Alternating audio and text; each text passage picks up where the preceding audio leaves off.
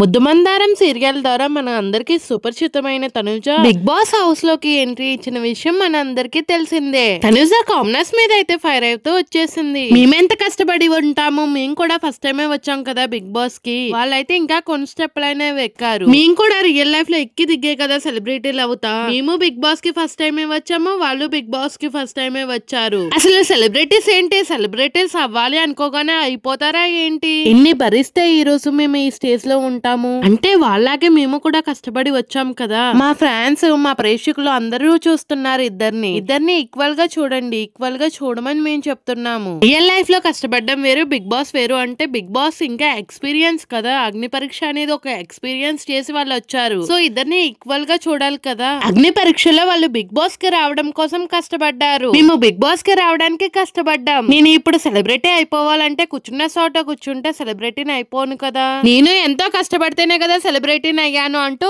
Commoners మీద fire అవుతూ వచ్చేసింది తనుజ. కామనర్స్ ని, సెలబ్రిటీస్ ని ఈక్వల్ గా చూడాలంటూ చెప్పుకొని వచ్చింది తనుజ. దీనిపై మీ అభిప్రాయాన్ని కామెంట్ బాక్స్ లో కామెంట్ చేయండి.